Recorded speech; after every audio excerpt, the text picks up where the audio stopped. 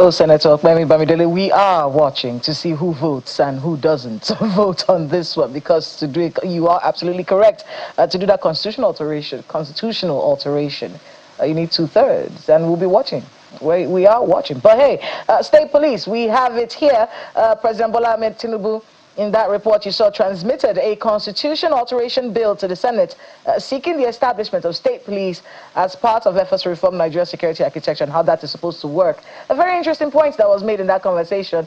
Oh, we don't want you to be, you will not be afraid to go home. What does that mean? It points to some kind of abuse of state police that may affect even our lawmakers. Well, how will that affect the citizenry? How do we ensure that this new state police that we are all clamoring for does us more good than harm? And joining us for that conversation on the state police constitution and composition, we have CP Aderemi Adeoye, retired, former commissioner of police for Anambra State, and I think you served between 2003 and 2004. 2023. Oh, 2023 and 2024. Thank you so much, CP, for being with us on the program. Thank you for having me. Oh yes, that's she. You retired in May of 2024. I think. Right. 1st of May 2024. Thanks so much for being with us on the program. Thank you. So let's talk about it, the fears of abuse. Is there an alteration? Is that what this alteration is going to be? Something that ensures that the abuse is not rampant, or checks the executives in the states? First and foremost, I think it might be better we use the word amendment rather than alteration. Alteration connotes defacing what is in place. But it is to be amended, which means it will be substituted. Changes will be made to the existing law. Why this amendment is important is that the current provision in Chapter 6, Part 3, Section 214 of the 1999 Constitution, as amended, provided that there shall be only one police force for Nigeria, and it shall be called Nigeria Police Force. That section makes it illegal to have any semblance of a police force for any other part of Nigeria, or for Nigeria as a whole. So that is why constitutional amendment is necessary, to make it legal for states to have their police forces. Now, Nigerians should not be afraid of having police at the state level. It is a mark of development and progress. In developed countries, not only do they have federal police, they also have state police and even local government police, which they call municipal police, county police forces. It brings police closer to the people and makes them agents of problem solving. So it's a welcome development. And I commend the president for his courage and focus, his vision in getting the ball rolling, not only getting the ball rolling, but also getting the buy-in of critical stakeholders, like the National Assembly that is going to carry out these amendments. The basic fear of majority of our people for state police, like you pointed out, is the fear of abuse. For example, political opponents believe the government in power may use such police forces to oppress opponents. These fears may have some traction based on previous experience, especially in the 60s, when the republic was still nascent. But we have come a long way, and a lot of development has happened. Our security challenges have evolved, and we have come to a point where we just cannot do without the state police structure. So, dual policing is necessary. The federal police exists for federal crimes, while the state police takes care of security at the state level.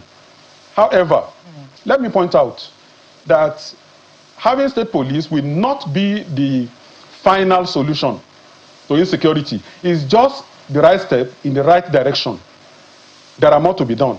For fear of abuse, the National Assembly can put a lot of safeguards in place that will check excesses and prevent governors from turning state police to private army. That's the fear. That's the biggest fear. The law can... And we can see that already. Let's look at the Ekiti elections, right? Does that complaint? We also heard that same complaint in Anambra, where they say, without any state police, we have a situation where governors, you're trying to campaign, your posters will not go up. You will not go, your posters will not go up. How will you be able to campaign, especially if the opposition and the governor are at loggerheads? Do we have the discipline as a people to handle the responsibility that comes with that kind of power? You see, the various quasi-groups that you have in the states that are performing security duties, Amotekun in the southwest, Agune Chamber in the southeast, so on and so forth. You see, they are not really regulated from the national level. There are no enactments of the National Assembly to guide their functions. Some states pass, state bills from the houses of assembly. So what the National Assembly will do is to put safeguards that are rooted in the Constitution. So these amendments? Yes. And once those safeguards are violated, it becomes an impeachable offense. I see. Because it will be violation of the Constitution. Hopefully. No, it will be. Are we sensing that that's what... Once the amendment rooted in the Constitution provides safeguards, no governor can violate it without being impeached. So that is why those safeguards are important, and that is why it has to be constitutional amendment. So that the Constitution is the supreme law of the land. And everyone, whether they have immunity or not, are duty bound to comply with provisions of the Constitution. So I am optimistic that with these amendments, once a proper job is done, and then the necessary oversight is in place, abuses will be checked. Any amendment that you're doing that can hold these governors down, and then, like you said, let it be impeachable. Yes, it will be impeachable offense. Once they abuse provision of the Constitution, it's impeachable offense. If that is done, I think it will allay a lot of fears that people have in different. But I think my colleague Ayo in Lagos has a few questions for you. Go ahead, Ayo. Well, thank you. OCP, my first question is, from the provision of the Constitution that you quoted, Section 14.1, there shall be a police force for Nigeria, which shall be known as the Nigeria Police Force. I also know you would recall that there was a point in our lives we wanted to play down on the word force and just retain it as Nigeria Police. I'm not sure if that effort succeeded. So perhaps that's one of the reasons, one of the things that gave room to the what people have experienced as abuse of authority, abuse of power, and all of that.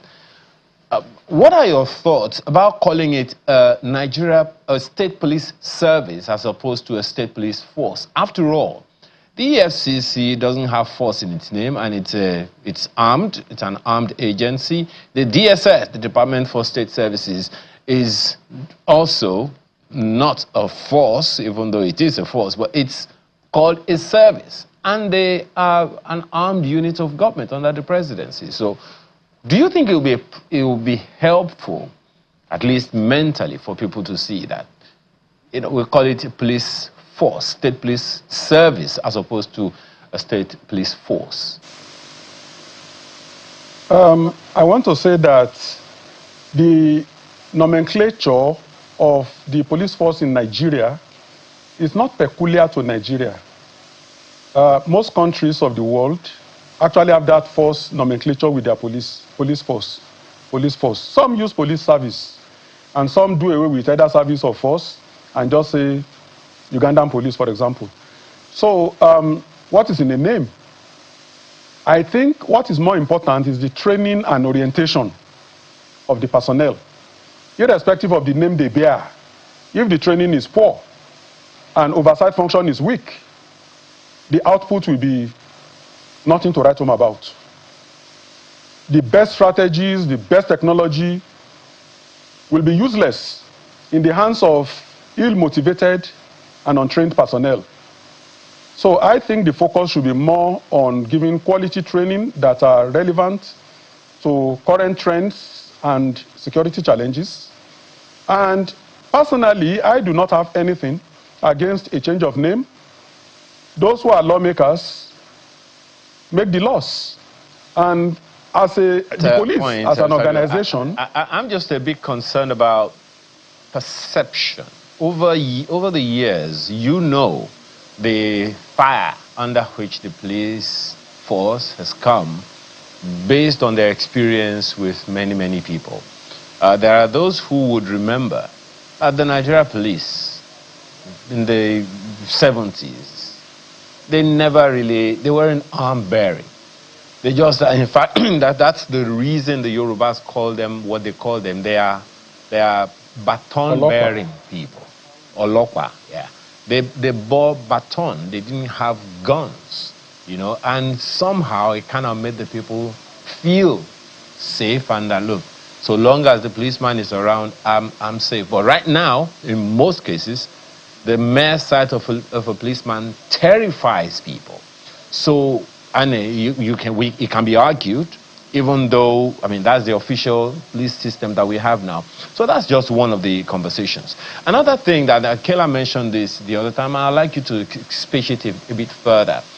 There is that fear of abuse. But then what the Senate president said is that when the governors themselves leave office after setting it up, there needs to be safeguards. And you've talked about one of the safeguards being impeachability if there is abuse. But that's just for the governors. You may have seen the complimentary cards of some people who will say, friend to the friend of the governor of so-so-so state. And they will also say that they want to go with, they have authority over the police. So how do we manage all those dynamics? Two major approaches. One is to have a robust framework in place by way of enacting relevant laws that prescribe stiff punishment for abuses at whatever levels and by whosoever, especially those who do not have immunity. The second is to have a viable oversight function. When the state police framework takes off, they are not going to have enough trained personnel, especially at the senior cadres, to carry out the functions of a police in the states. So definitely the federal will still have to second some personnel to them. I think it will be useful and helpful if for the first few years, the Inspector General of Police is made to have oversight function over the commissioners of police in the states, who most probably are for now going to be seconded from the federal police. Because when you recruit and train personnel for the state police, you won't immediately have senior officers among them. Okay. That level will be attained with time, with training, and with promotions. There's going to be some kind of transition process that will transition period. Through. Yeah, but there's another critical thing. I remember listening to Dr. Charles Omale once talking about this whole state police thing, and it speaks to the cost that probably hasn't been considered, and maybe it is part of the framework. In the entire administration of justice system in our country, the police is just one element. Now, does this also mean that the states now have to build and maintain their own prisons? Does it mean that they have to have pockets of courts all over the place? What are the other things that have to do with the administration of justice? Because that's what this whole thing is about. It's not just to have security. When you arrest people for fomenting trouble or for making other people feel insecure, you put them in the gallows one way or the other. You have to follow a particular process. So what are the other elements that need to be considered now as the National Assembly discusses this framework that the president has submitted to them, particularly in the entire administration of justice system in our country? Fortunately, there won't be need for much changes in the criminal justice administration system at the state level. You will recall that each state already has its state high courts, they have their magistrate courts, and they have their correction facilities. So it is since the population of the state will not increase as police is being created, as state police is being created, there may be no need for increasing those other facilities. The same existing structures will be adequate to serve the people. The population remains the same. So having more police officers by way of having state police will only make security more effective. In fact, it will be preventative, of crimes. Yeah. So you will expect that commission of crime will reduce because there will be more boots on ground and there will be more eyes and hands, to check crime. So if there is a fall in commission of crime, then there will be less work for the courts to do. And there will be less inmates for the correction facilities to handle. Yeah. So it's going to have a salutary effect, actually. I think, and we just got this message from Captain Bish Johnson, who's been sending this message to a lot of people. And they're talking about, when it comes to this new state police, that it does feel like we're ultimately going to get one. Yes. They're saying we should be careful not to just decentralize the police structure. Because what people are thinking, and I guess many people may not understand, is that for some people, they might just create 36 more 36 state police offices, and then it's the same structure as we have as the national one. The criticism against that is that no, the helping our security, that might actually make our security situation worse.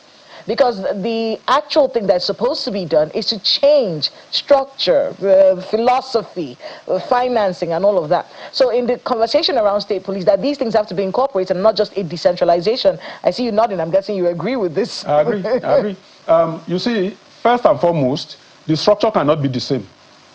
When you are talking of the national, you have an IGP, you have the DIGs, you have the AIGs in charge of zones. Yeah. When you come to state level, the most senior police officer is a commissioner of police. So you'll have commissioner of police, you'll have area commanders, you'll have DPOs. That is the structure for the state. It cannot be more than that. And then, like you said, it's not just about decentralizing, it's about giving quality training. When we look at current security challenges, there is need to overhaul the existing training curriculum to now include training in emotional intelligence, data analysis, digital literacy, human rights law, okay, so that the police at the state level will not see themselves as another occupation force. They will see themselves as agents of peace and problem solvers to the communities they serve. Training can achieve all this. And if we're able to give them this kind of quality training that equips them with cutting-edge technology knowledge, technological knowledge that they can employ in predicting crime, not just preventing and solving. They must be able to predict and prevent by making use of artificial intelligence, their digital literacy, and dealing with asymmetric challenges. This is the way forward. Responsible authority, I think that's the thought that came to my head. Responsible authority, the training for responsible and responsive authority. Absolutely. Not power drunk, wild men. There should be no room for that. And that can be checked right from the beginning. From training, they have to be indoctrinated that they are not masters of the people. All right. We are out of time, but I have to thank you so much, CP Aderemi Adere, retired, former Commissioner of Police for Anambra State. Thanks again for being with us on the program. The pleasure is mine. All right, well, you, just in case you've been following this particular story, Omoyele Sowore is at the Federal High Court in Abuja for the hearing and determination of that motion that has been going on for a while. We'll be following up on that story for you today, because we do need to understand what has happened. So we see him in court, so he's wearing white. So the motion for his stay of the revocation of his bail and bench warrant. So that's ongoing as we speak. We'll give you the details in the course of the day. But hey, have a great day ahead. I'm Kayla Megwa. Thanks for being with us. And I'm Ayo Makinde. Business Morning is on the arm.